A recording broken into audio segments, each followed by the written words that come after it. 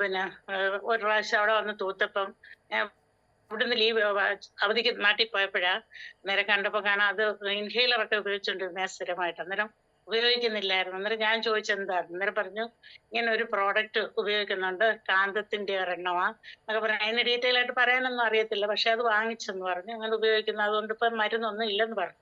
എന്നിട്ട് പറഞ്ഞു സ്ട്രോക്കിന് നല്ലതാ, പിന്നെ ഉറക്കത്തിനൊക്കെ നല്ലതാന്ന് പറഞ്ഞു. എന്നിട്ട് എനിക്കാണെങ്കിൽ ജീവിതത്തിൽ ഉറക്കം എന്ന് പറയുന്ന ഒരു സാധനമില്ല. രാത്രി 2 മണിക്കൂറൊക്കെയാ ഞാൻ പിന്നെ മാക്സിമം ഉറങ്ങുന്ന. അങ്ങനെ ഭയങ്കര വർഷങ്ങളായിട്ട് ഉറക്കക്കുറവുണ്ട്. അപ്പോഴേ ഇങ്ങനെ ഇരുന്നപ്പോഴാണ് എൻ്റെ ഹസ്ബൻഡിന്റെ ചേട്ടൻ തൊട്ടടുത്ത പുള്ളി സ്ട്രോക്കായിട്ട് കൊറോണ വന്നപ്പോ മുതലേ കിടപ്പാ.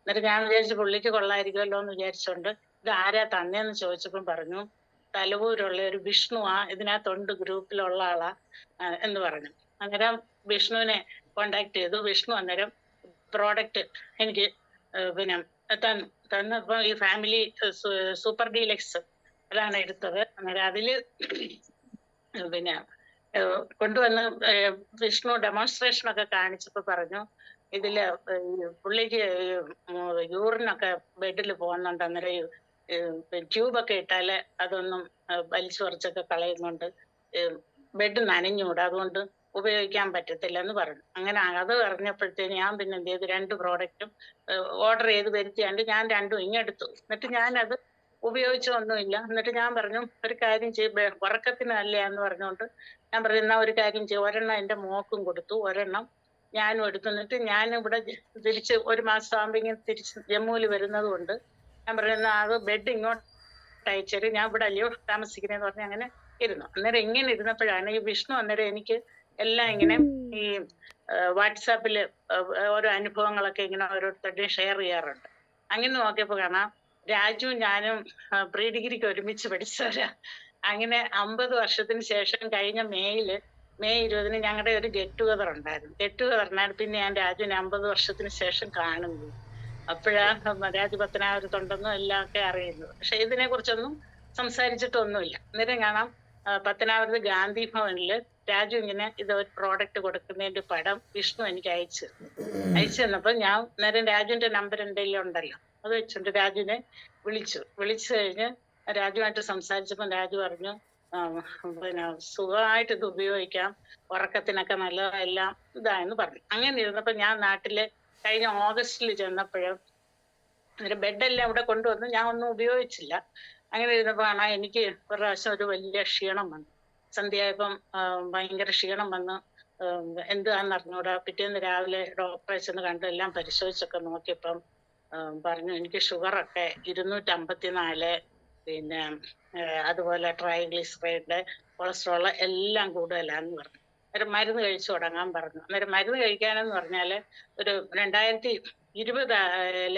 2020 എനിക്കൊരു പൊള്ളലുണ്ടായെന്ന് പറഞ്ഞാൽ വേറെ ഒന്നും അല്ല, അരി ഊറ്റിയപ്പോ ആ വെള്ളം മൊത്തം കൂടെ എൻ്റെ വയറ്റത്തോട്ടങ്ങ് മറിഞ്ഞു വയറെല്ലാം ഒരു എയർ ബാഗിന്റെ കൂട്ടങ്ങ് വലുതായി.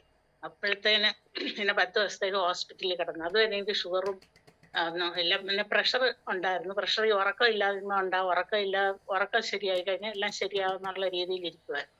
അതുകൊണ്ട് പ്രഷർ ഞാൻ ഗുളിക എടുക്കുന്നുണ്ടായിരുന്നു, വേറെ ഷുഗറും ഒന്നും ഇല്ലായിരുന്നു. തലേന്ന് ഈ പൊള്ളലുണ്ടാകുന്നതിന്റെ തലേന്ന് നോക്കിയപ്പോ തന്നെ എനിക്ക് ഇത് ഷുഗർ 84 ഉള്ളായിരുന്നു. പിന്നെ ഇത് കഴിഞ്ഞ് ഈ ഡ്രിപ്പും എല്ലാം കൂടെ അങ്ങോട്ട് കയറി ഇതൊക്കെ കഴിഞ്ഞപ്പോഴത്തേനാണ് ഷുഗർ ആയി. അപ്പോഴത്തേനും ഡോക്ടർ പറഞ്ഞു ഷുഗറിന്റെ മരുന്ന് കഴിക്കാം. അങ്ങനെ ഞാൻ 1 വർഷത്തോളം ഷുഗറിന്റെ മരുന്നൊക്കെ കഴിച്ചു. അന്നേരം ഇവിടെ വന്ന് പീരിയോഡിക്കൽ ചെക്കപ്പ് ഒക്കെ നടത്തിയപ്പം ഇവിടെ മോളും ഒക്കെ പറഞ്ഞ അമ്മ ഇനി ഷുഗറിന്റെ മരുന്ന് അങ്ങനെ കഴിക്കേണ്ട, എല്ലാവർക്കും നോർമൽ ആയിട്ടുണ്ടെന്ന് പറഞ്ഞു. അങ്ങനെ ഞാൻ ഷുഗറിന്റെ ഗുളികയൊക്കെ നിർത്തി.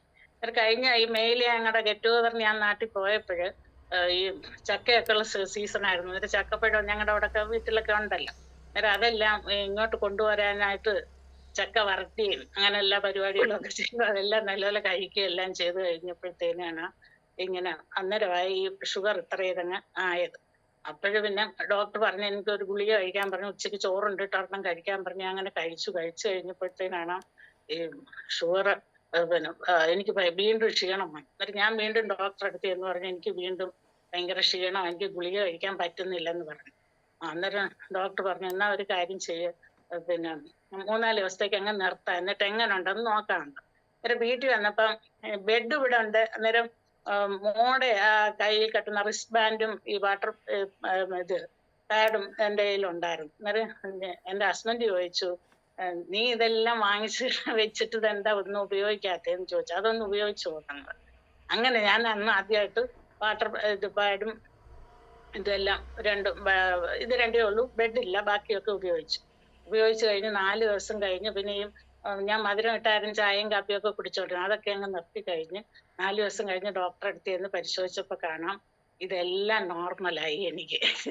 ഷുഗറും കൊളസ്ട്രോളും. അന്നേരം ഡോക്ടർ പറഞ്ഞു ഇതെങ്ങനെ സംഭവിച്ചു. അന്നേരം ഈ അലോപ്പതി ഡോക്ടർമാർക്ക് ഇപ്പം പൊതുവെ ആർക്കും അതില് താല്പര്യമുള്ളവർ കുറവാ. അത് ഇവിടെ ആണെങ്കിലും എൻ്റെ മോക്ക് ഇതിനകത്ത് കുഴപ്പമൊന്നുമില്ല. കാരണം അവൾ ഹോമിയോ മരുന്നൊക്കെയാണ് ഞാൻ പണ്ട് കൊടുത്തിട്ടുള്ളത്.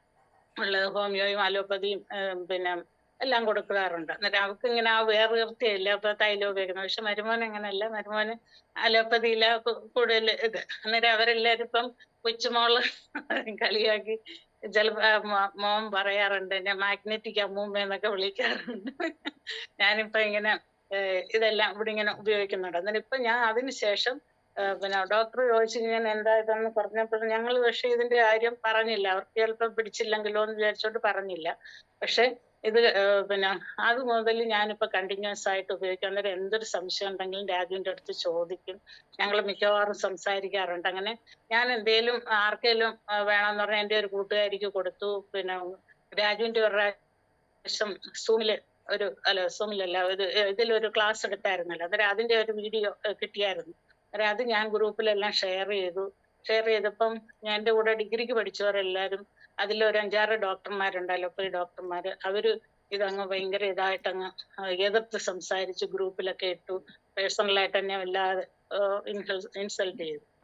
അത് ഞാൻ ഇത് കണ്ട് ഞാനങ്ങ് ആകെ ഡൗൺ ആയി. എന്നിട്ട് ഞാൻ രാജുവായിട്ട് ഷെയർ ചെയ്തപ്പോ ഉഷയെല്ലാം, രാജുവിന്റെ വൈഫ് ഉഷയെല്ലാം പറഞ്ഞു അതൊന്നും അങ്ങ് ഇങ്ങനൊക്കെ ഇതിനകത്ത് ഈ ഫീൽഡിൽ വരുന്നതാ.